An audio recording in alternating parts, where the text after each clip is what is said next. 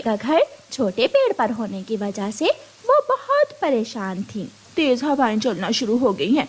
सबके घर मजबूत और बड़े पेड़ों पर हैं, मगर हमारा घर तो छोटे से पेड़ के सहारे है। तुम फिक्र ना करो गौरी, कुछ नहीं होगा हमारे घरों को। और फिर अगले ही दिन तेज बारिश शुरू हो जाती है। गौरी कबूतरी का घर धड़म से नीचे गिर जाता है। वो दोनों चिड़िया के घर के बाहर जाकर दरवाजे पर दस्तक देने लगती हैं। चिड़िया बहन, अरे ओ चिड़िया बहन, जल्दी से दरवाजा खोल दो। हमारे घर तो जालिम हवा की नजर हो गए हैं। एक ही झटके में हवा ने हमारे घरों को गिरा डाला। चिड़िया दरवाजा खोलती है। आइए आइए बहन, आप बेफिक्र होकर अंदर आ जाइए, इसे भी अपना ही घर समझिए। चिड़िया गौरी कबूतरी को अपने घर ले जाती है और उनकी खूब सेवा करती है। उन्हें खाने के लिए भोजन देती है। कुछ देर बाद बारिश रुक जाती है। कबूतरी और गौरी बहन, अब तो बारिश रुक गई है, चलिए अब हम आपका घर किसी बड़े पेड़ पर बनाते हैं। फिर चिड़िया घर बनाने में कबूतरी गौरी की मदद करती है और उनका घर बन जाता है। फिर चिड़िया वापस अपने घर आ जाती है। मौसम में रानू चिड़िया बहुत ही मेहनत करके मटकी बनाने का काम किया करती थी। उस समय मटकों की भारी कमी थी जो रानू चिड़िया अकेले पूरी नहीं कर पाती थी।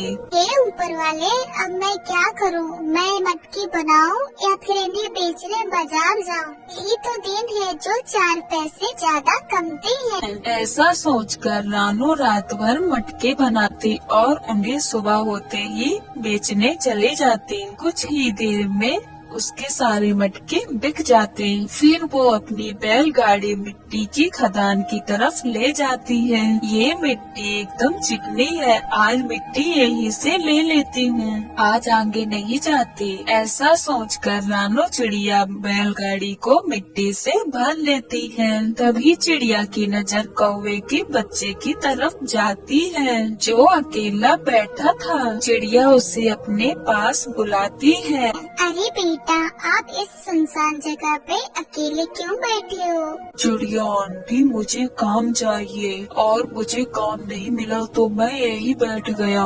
मेरा कोई घर नहीं है। बेटा, तुम्हारा नाम क्या है और तुम कहाँ से आए हो? मैं तुम्हें काम पर रख लूंगी, तुम चिंता मत करो। आंटी, मेरा नाम जग्गू है, मैं सागर वाले जंगल से आया हूँ।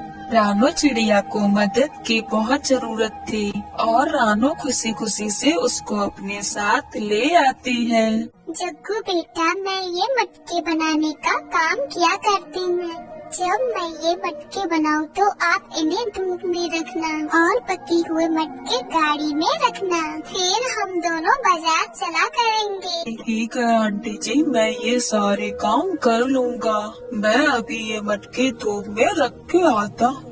फिर रानू चिड़िया जग्गू को सारे काम समझा देती है। जग्गू काफी समझदार पक्षी था, वो सारे काम सहूलियत से करता था। एक दिन वो रानू के साथ दुकान पर बैठा था, तभी वहाँ पर एक कौवी आती है। वो जग्गू को बहुत भला बुरा कहती है। नास पीटे नकम्मे निकारा, तुझे कहाँ कहाँ नहीं ढूंढा मैंने और तू यहाँ बैठा है। चल घर चल, फिर मैं तुझे बताती हूँ, तेरी चमड़ी उधेड़ दूंगी। अरे अरे, आप कौन हो और जग्गू से इस तरह से बात क्यों कर रही हो? रानू आंटी, ये मेरी मौसी है और मौसी मैं अब यहाँ काम करता हूँ, अब मैं तुम्हारे साथ घर नहीं चलूंगा। चलो, ये काम तो तुमने बढ़िया किया जो तुम काम पर लग गया।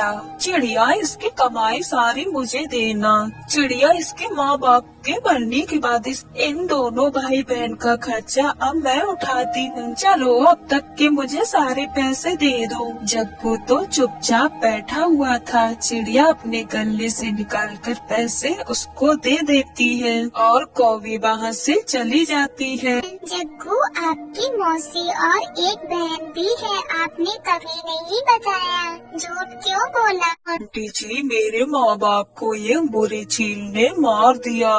और हम भाई बहन अनाथ हो गए और हमारी मौसी अपने घर ले गई और धीरे धीरे हमारे घर को बेच दिया और हम भाई बहन पर अत्याचार करने लगी, इसलिए हमने मौसी के घर को छोड़ दिया। लेकिन बेटी, जो आपकी बहन है वो क्या मौसी के पास खुश है? नहीं आंटी, वो बिल्कुल भी खुश नहीं है।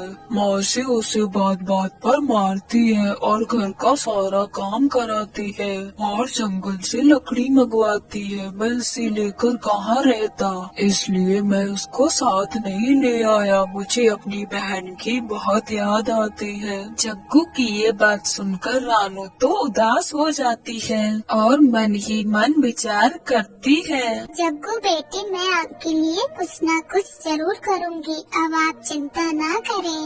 लो ये खाना खा लो, आपने घर पर भी नहीं कुछ खाया था। ऐसे रानू चिड़िया जग्गू को अपने पंखों से खाना खिलाती, दिन में अपने सारे घड़े बेच देती है। दूसरे दिन जग्गू की मौसी फिर से आती है और उससे पैसे मांगती है।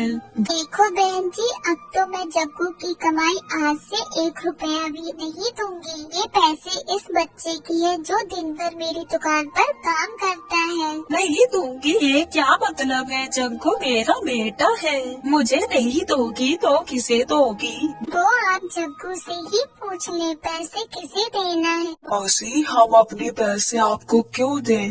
आप हमारा घर तो बेचकर खा गई और हम पर कितना अत्याचार करती हो। मैं तुम्हारे साथ एक पल भी नहीं रहना चाहता हूँ, तो आपको मेरे पैसे पर कोई हक नहीं। अगर तू हमें पैसे नहीं देगा तो तू अपनी बहन को भी अपने साथ रख ले, मैं उसे अपने घर में नहीं रखूंगी। मौसी, हम अपने पैसे आपको क्यों दें? आप हमारा घर तो बेचकर खा गई और हम पर कितना अत्याचार करती हो। मैं तुम्हारे साथ एक पल भी नहीं रहना चाहता हूँ, तो आपको मेरे पैसे पर कोई हक नहीं। अगर